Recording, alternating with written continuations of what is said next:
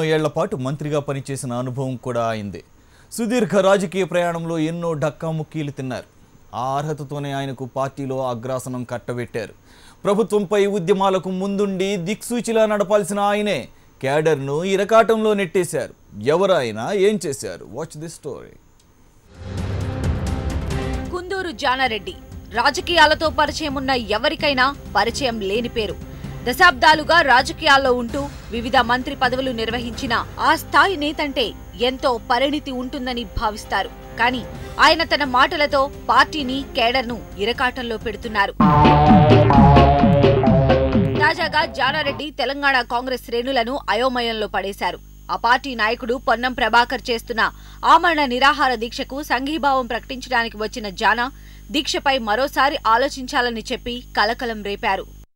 మీరందరూ పర్మిషన్ లేకుండా పొన్నం ప్రభాకర్ గారికి ఈ దీక్షకు మద్దతు తెలిపే వారికి మన మిత్రుడు అధ్యక్షుడు వారికి మళ్ళీ 1-2 రోజులు ఆలోచించుకుని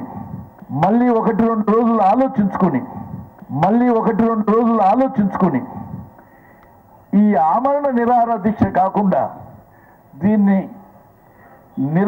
నిరవధిక దీక్షగా కొన్నాళ్ళు సాగించి ప్రజలకు గ్రామాన పొన్నం ప్రభాకర్ దీక్షకు మద్దతు పలకడానికి వచ్చిన జానారెడ్డి ఆమరణ నిరాహార దీక్షను విత్డ్రా చేసుకోవాలని కోరారు. ఏ నేతైనా ప్రభుత్వంపై ఒత్తిడి తెచ్చేందుకు చేస్తున్న దీక్షలను కొనసాగించాలని, మరింత ఉధృతం చేయాలని సూచిస్తారు. కానీ జానారెడ్డి మాత్రం ఉపసంహరించాలని చెప్పారు. బాగా ఆలోచించి గ్రామాన నిరవధిక దీక్ష చేసుకోవాలన్నారు. మళ్ళీ 1-2 రోజులు ఆలోచించుకుని ఈ ఆమరణ నిరాహార దీక్ష కాకుండా దీన్ని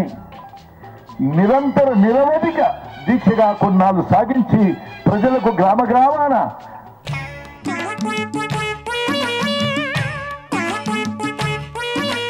సంఘీభావం ప్రకటించడానికి వచ్చిన సిఎల్పి నేత జానారెడ్డి పొన్నం ప్రభాకర్ ప్రయత్నాన్ని తుస్సుమనిపించారు. దీంతో ఇదెక్కడి గోల అనుకుంటున్నారు. కొందరికైతే కుందూరు వారి మాటలకు కళ్లు బయర్లు కమ్మాయి.